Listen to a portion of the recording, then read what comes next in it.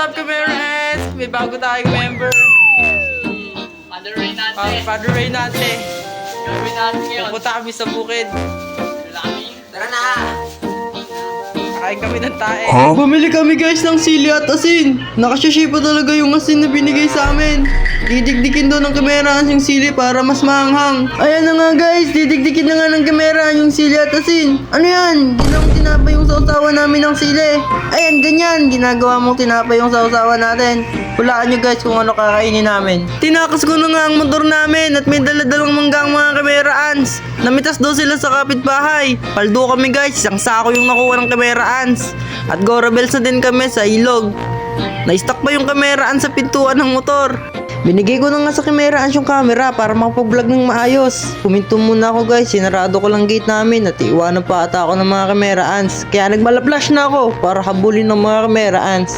Gorabels na din kami sa ilog guys at attendance check muna kung kasama ba lahat ng kameraans.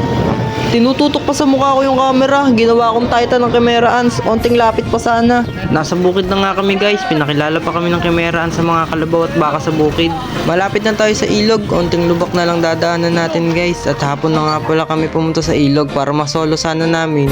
Pero pagdating namin sa ilog guys, ang dami pang mga tao na naliligo. Hindi namin kilala at mukhang mga dayo pa ata. Full na pala yung ano.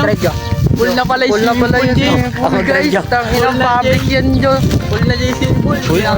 Yung bagong miyembro ng kameraan siya magdadrive ng motor at doon daw sa pinanggalingan niya may ilog daw na malaki at pwede kami maligo. Kaya naman siya muna pinag-drive namin at may nakita pa kami mga dinosaur na naliligo sa bukid. Joy, may mga dinosaur! Dinosaur! Hindi lang yun, may dinosaur din kami na nakita na nakaharang sa kalsada. May nakasalubong din kami na kulong-kulong sa bukid. Maliit lang kasi daan sa bukid, kala namin itatalon ng kameraan sa bukid yung motor. At sa wakas, nakarating na din ng mga kameraan sa ilog. Pinarada muna namin yung motor sa waiting shed para di mabilad yung upuan. At pumunta na agad kami sa ilog, dala-dala yung puputripin namin na mangga. Dito muna ako, Tay! Tay, nak.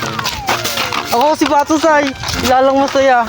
Kaya mas masaya pag Huwag mo nang kilaalin na nasa likod ng camera. Ito, nasa likod na kami sa radyo. Ay, mas kapalit dyan. Nakita pa kami guys ng waterfall sa malapit at malapit na kami sa ilog. At mukhang may nauna na sa amin pumunta dito sa ilog. Madami na din kasing naliligo. Kaya naghanap ang mga kameraan na magandang pwesto kung saan kami mamamood trip. Kaya tumawid kami sa rumaragasang tubig sa ilog. Pwede na siguro yung pwesto na to. Nakikita yung ilog at mahangin. Tamang tambayan para ma-mood trip. Pero hindi ako kumain ng mangga dahil sumasakit tiyan ko pag kumakain ako ng maaasim. Hindi ko nga din alam kung bakit. Habang nagkukwentuhan ng mga kameraan sa tabi ng ilog, may lumapit sa amin na di namin kilala. Hindi lang siya nahagip ng camera at may kasama siyang mga bata humihingi sa amin ng mangga. Update guys. Lumapit sa aming mga bata, humingi sa amin ng mangga. Kinuha pa yung shop. Hindi pa kami nagtatagal sa ilog at nag-aya na din umuwi ang mga kameraans dahil palubog na ang araw. At tumawid na kami sa rumaragasang tubig sa ilog. Ilang mga kamera. Umuwing malungkot ang mga kameraans dahil inubos ng mga bata ang dala-dala naming mga mangga. At yung isang kameraans naman daw yung magdadrive ng motor pauwi sa village namin. Kaya naman, dinouble check namin ulit kung andito ba lahat ng kameraans at nagpaalam na din kami sa ilog.